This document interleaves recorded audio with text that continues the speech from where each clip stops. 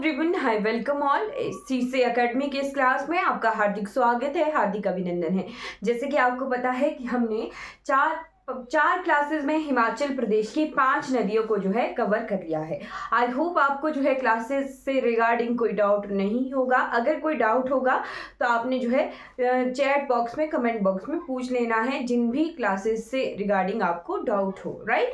और अगर आपको किसी भी बैच को अगर ज्वाइन करना हो तो आपने जो है अकेडमी के कॉन्टैक्ट नंबर से कॉन्टैक्ट जरूर कर लेना है। तो हिमाचल प्रदेश की नदियों को हमने कवर किया है।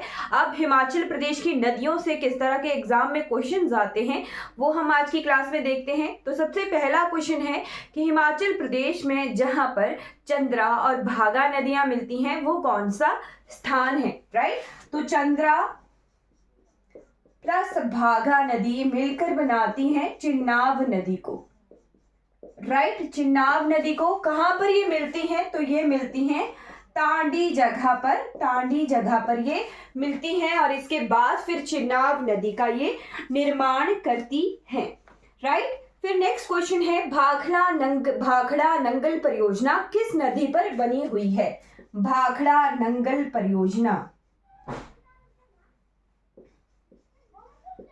भाखड़ा नंगल परियोजना। तो भाखड़ा नंगल परियोजना जो है ये हमारी सतलुज रिवर पर बनी हुई है, राइट। सतलुज रिवर पर बनी हुई है भाखड़ा नंगल परियोजना। नेक्स्ट क्वेश्चन है स्पीति किसकी सहायक नदी है? स्पीति नदी किसकी सहायक नदी है? स्पीति।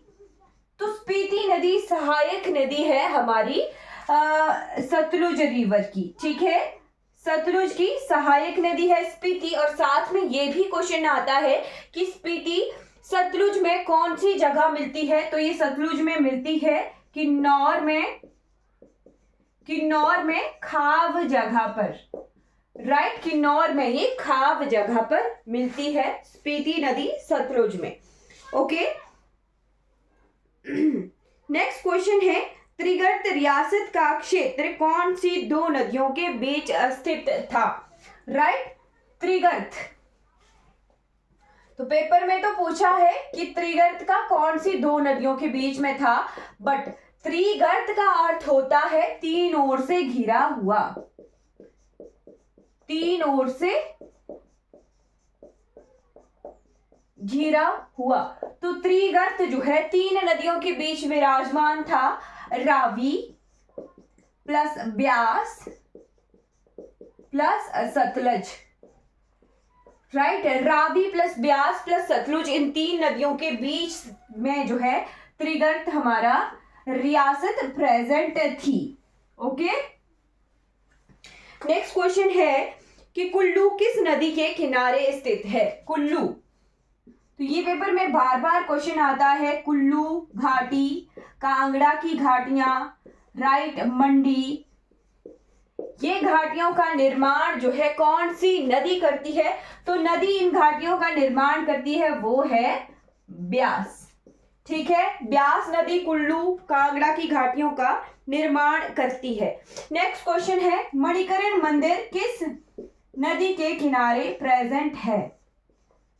राइट, जो मणिकर्ण तीर्थ स्थल है वो कौन सी नदी के किनारे प्रेजेंट है? तो वो नदी के किनारे प्रेजेंट है पार्वती के, राइट। पार्वती किसकी सहायक है? तो पार्वती ब्यास की सहायक नदी है, राइट। इस तरह से क्वेश्चन जो है हमें आने चाहिए, जैसे हमने पढ़ा हुआ है।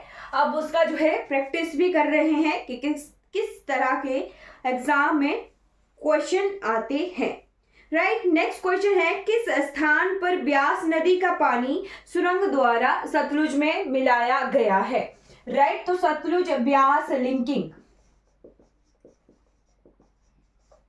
कहां से ये शुरू है?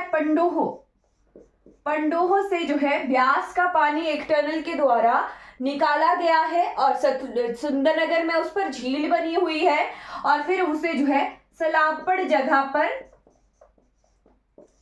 सतलुज में मिला दिया जाता है, ओके। आई होप आपको जो है ये क्वेश्चन क्लियर हो गया होगा, राइट। नेक्स्ट क्वेश्चन है बड़ा भंगार से हिमाचल प्रदेश की किस नदी का उद्गम होता है? बड़ा भंगाल। बड़ा भंगाल कहाँ प्रेजेंट है? तो बड़ा भंगाल प्रेजेंट है कांगड़ा में। राइट, कौन सी नदी यहां से उत्पन्न होती है? तो यहां से उत्पन्न होती है रावी नदी। राइट, रावी नदी का उद्गम स्थान कहां पर है? बड़ा भंगाल क्षेत्र में है, जो कि कांगड़ा में प्रेजेंट है। राइट, हिमाचल प्रदेश की कौन सी नदी का नाम वैदिक काल में अर्जिकिया है? अर्जिकिया, तो अर्जिकिया किसका वैदिक नेम है? अर्जिकिया हमारी ब्यास नदी का वैदिक नेम है। ब्यास का वैदिक नेम है अर्जिकिया। राइट, फिर नेक्स्ट क्वेश्चन है, ब्यास नदी किस स्थान पर धौलाधार पर्वत श्रृंखला को काटती है? तो ब्यास नदी लारजी जगह पर ये धौलाधार पर्वत श्रृंखला को काटती है।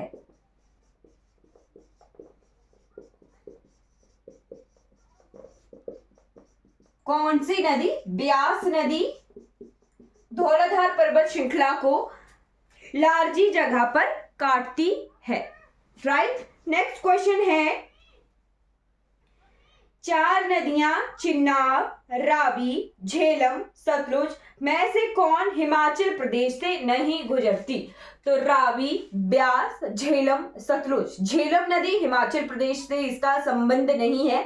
झेलम नदी जम्मू कश्मीर के बैरीनाग जगह से निकलती है। बुल्लर झील के पास जो है बैरीनाग जगह है, राइट, वहां से ये निकलती है और फिर ये जम्मू कश्मीर में बहती है और सिंधु नदी में ये मिलती है। राइट, पर बहुत देर तक पहले पंजा नदियां बनाती हैं, तो ये झेलम नदी हिमाचल प्रदेश से रिलेटेड नहीं है। राइट, नेक्स्ट क्वेश्चन है, रावी नदी का उद्गम स्थल कौन सा है? तो वो मैंने अभी आपको बताया कि बड़ा भंगाल क्षेत्र जो है वहां पर दो ग्लेशियर्स हैं, दो हिमनद हैं, तांतागिरी और दूसरा है हमारा भांदल और तांतागिरी। राइट, बांदल कई जगहों पर बांदल लिखा होता है ना, कई जगहों पर भांदल लिखा होता है। राइट, और दूसरा है तांतागिरी। राइट, भांदल और तांतागिरी दो ग्लेशियर से, दो हिमनदों के मिलकर जो है, इन दो धाराओं से मिलकर हमारी रावी नदी निकलती है, जो कि मेनली चंबा में बहती है। चंबा को रावी घाटी के नाम से भी जो है जाना जाता है। अब नेक्स्ट क्वेश्चन है, इरावती किस नदी का संस्कृत नाम है? तो इरावती मैंने आपको बताया था, पहचाना है राव शब्द आ रहा है। राव जो है किस तरह से दिखता है? रावी से, है ना। तो इरावती जो है रावी नदी का पुराना नाम है और साथ में पुरुषणी भी। राइट, इरावती इसका और पुरुषणी इसका वैदिक नेम है, इरावती इसका संस्कृत नेम है, ध्यान रखिएगा। राइट, स्पीति और सतलुज नदी का संगम स्थल वो मैंने अभी आपको लिखवाया था कि वो किन्नौर के खाब जगह पर मिलती है। राइट, कौन सी नदी चंबा घाटी को दो भागों में काटती है? तो नदी जो चंबा को दो भागों में काटती है वो है हमारी रावी नदी। राइट, रावी नदी चंबा को दो भागों में काटती है। फिर लास्ट क्वेश्चन है आज की क्लास का हमारा कि हिमाचल प्रदेश को उत्तराखंड से अलग कौन सी नदी करती है? तो हिमाचल प्रदेश को उत्तराखंड से अलग करने वाली नदी कौन सी है? यमुना रिवर है, जो कि लगभग 22 किलोमीटर हमारे हिमाचल प्रदेश में बहती है। कहाँ एंटर करती है? तो खोदरी माजरी जगह पर एंटर करती है और ताजेवाला में हिमाचल प्रदेश को छोड़ देती है। तो यमुना रिवर हमें उत्तराखंड से अलग करती है। राइट, आई होप आपको जो ये क्वेश्चन एंड आंसर सेशन है हमारी नदियों से रिलेटेड ये अच्छा लगा होगा तो आपने हमारी वीडियोस को लाइक, शेयर और सब्सक्राइब जरूर कर लेना है। कोई भी क्वेरी होगी किसी भी बैच के रिगार्डिंग तो आपने एकेडमी के नंबर से जरूर कांटेक्ट कर लेना है। आई होप आप ये वीडियोस जो है हमारे चैनल पर एंजॉय कर रहे होंगे। Thank you so much for watching this class.